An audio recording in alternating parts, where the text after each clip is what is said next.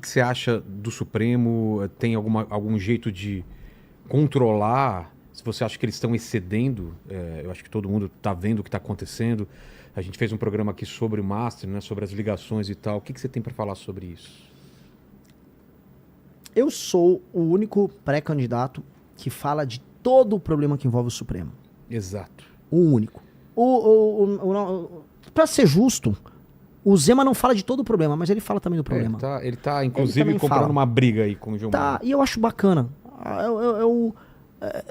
É útil ele falar também. É que o problema é que quando o problema envolve os Bolsonaro, o Zema some. É o intocável do Zema, o Bolsonaro. Flávio Bolsonaro fez um acordo com o Xandão e com o Alcolumbre pra tirar a CPI do Banco Master e votar a dosimetria. Cadê aí a galera? Cadê o videozinho de IA?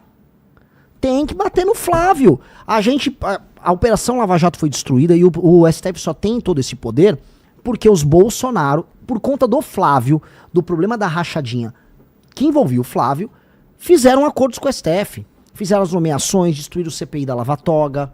O Bolsonaro vetou o fim das decisões monocráticas que passou na Câmara e no Senado. Ora, os superpoderes do STF são consequência do péssimo governo do Bolsonaro no trato disso. E aí, cara, os únicos que ficaram denunciando e quase foram presos por fazer isso fomos nós. Tô avisando, os únicos que denunciaram, do Xandão até os Bolsonaro, porque todos têm culpa no cartório, fomos nós. Então, e eu tô denunciando até hoje. Fizemos 4 manifestações pedindo a cabeça de ministro do STF, pedindo prisão de ministro do STF agora. E por conta do escândalo agora do Banco Master, que é o maior escândalo de corrupção da nossa história. Só que o problema do escândalo do Banco Master é assim, as pessoas vão contar historinhas. A esquerda conta só a história que envolve a direita. E a direita conta só a história que envolve a esquerda. Então eu queria pedir pra todo mundo, vamos contar a história toda? Vamos contar que boa parte do crescimento do Banco Master aconteceu durante o governo Bolsonaro. Que houve MP que passou durante o governo do Bolsonaro, do senhor João Roma, que beneficiava as empresas que faziam crédito consignado. Dentre elas, o próprio Banco Master que vivia de crédito cesta. E que isso passou durante o governo Bolsonaro. E que, por coincidência, o governo Bolsonaro, tanto o Bolsonaro quanto o Tarcísio, receberam doações do Fabiano Zettel.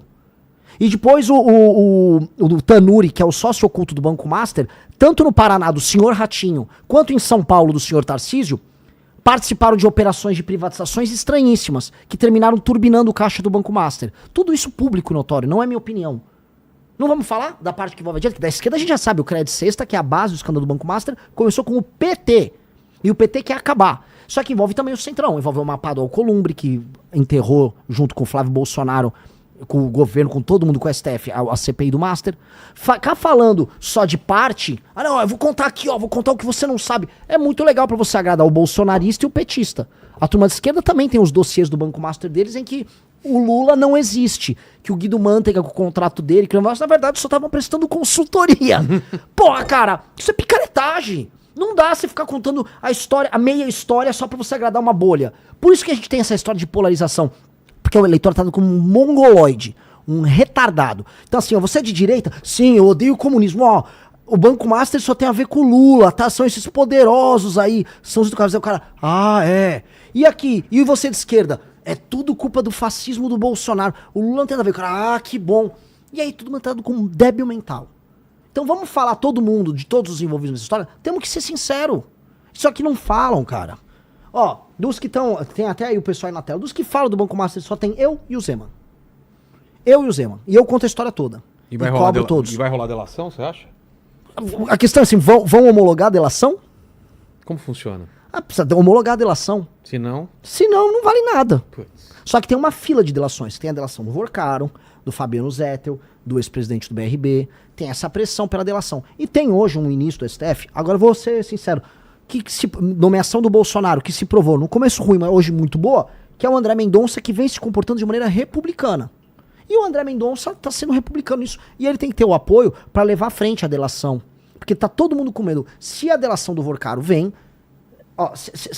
se a delação do Vorcaro sobe pro STF, o STF cai. É isso, não só o STF. Boa parte dos presidentes de partido caem. Boa parte de governadores caem.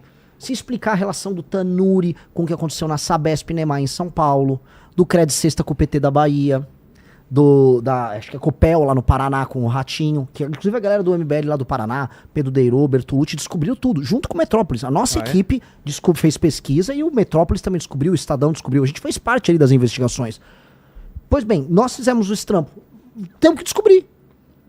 O Ratinho viu que a casa caiu dele, ele até tirou a candidatura. Pois é. Não é lógico, ia ter que explicar em público por que a família dele tinha sociedade com a turma ligada ao Master e com a própria turma do JBS, que a JBS Friboi também tá nesse esquema. Então a real é essa. A real que, assim, todo mundo quer contar a história pela metade, a gente tem que contar a história inteira. E o que significa o que aconteceu com o Messias aí, que rejeitaram? Qual é o recado que... São muitos recados. O recado, vou dar um exemplo, um recado. O recado de uma ala do STF, de que o Lula tá ficando hiperpoderoso e que vai ter que sentar e conversar. A gente sabe que o Alexandre de Moraes não queria o Messias. Por quê? Por quê? Porque são alas. O Lula tá fazendo um bloco dele. O STF não é todo coeso. O Alexandre de Moraes, pra muita gente falar, ele é de esquerda, ele não é de esquerda. O Alexandre de Moraes dava aula na minha faculdade, conheço ele de sala de aula. Ele nunca foi de esquerda. Ele ficou de esquerda por uma conjuntura. Uma conjuntura de poder, de briga com o Bolsonaro. Esses caras mudam de lado o tempo todo, fazem alianças diferentes. E o Lula, ele quer ter o domínio do STF. O Zé Dirceu já vinha falando, esse primeiro governo, isso aqui é um recado pra todo mundo, até pra quem não gosta de mim. Zé Dirceu avisou, o primeiro governo Lula, a gente vai sofrer, o Congresso não é nosso, mas a gente vai fazer as nomeações, a gente vai fazer o trabalho. O que ele tá querendo dizer? No fundo, ele não falou literal, mas a gente entende, o Zé Dirceu é um homem inteligentíssimo. Vamos ganhar a eleição, vamos fazer as nomeações com o STF, porque com o STF na nossa mão, a gente vai pra cima do Congresso, pegar a roubalheira das emendas. Pegou a roubalheira das emendas, não é que o PT agora é contra a corrupção, é que o PT quer ficar com uma faca no pescoço do Congresso, e aí o Congresso se torna a base do PT. Acaba com o orçamento secreto, que é uma coisa que precisa acabar, e aí com base nisso o presidente da República, ele passa a controlar novamente como faziam na época do mensalão e do petrolão. Aí o governo determina quem recebe emenda, quem recebe contrato, quem pega um ministério, que é o que o PT quer fazer de volta no próximo mandato do Lula. Este é o plano do Zé Dirceu. E aí, isto irrita alas do STF, porque não necessariamente eles concordam. Não concordam com o método, não concordam em perder poder, em ficar minoritário. O Senado, uma parte do Senado já estava de saco cheio do STF, tem discussões sobre Banco Master envolvidas ali no meio, tem oportunidades de passar recado pro governo, tem muita coisa. Foi assim, foi um evento único, né? A última vez foi acho que 1894, me corrijam aí, façam um fact-checking aqui. A última vez que, né, não passaram uma indicação. Então um recado, é um recado de uma força política enorme contra o Lula. Olha, não vai ser assim que a banda toca, a gente já entendeu o teu plano para pós 2026. Se você ganhar, você não vai controlar a gente. Até porque o STF, percebam assim, isso aqui também nenhum dos outros pré-candidatos vai explicar para o eleitor. O Flávio Dino, ele tá investigando, e não é de hoje, as emendas dos principais líderes partidários do Brasil. Essas emendas, são as emendas do orçamento secreto, quase todas envolvem crime. Quase todas. E aí, o que ele fez? Não só ele, né? Assim, há uma inteligência nisso. Estão roubando, vamos investigar. Vamos pegar que vai estar todo mundo na nossa mão. Pegaram, já teve operação com o Arthur Lira, que foi presidente da Câmara.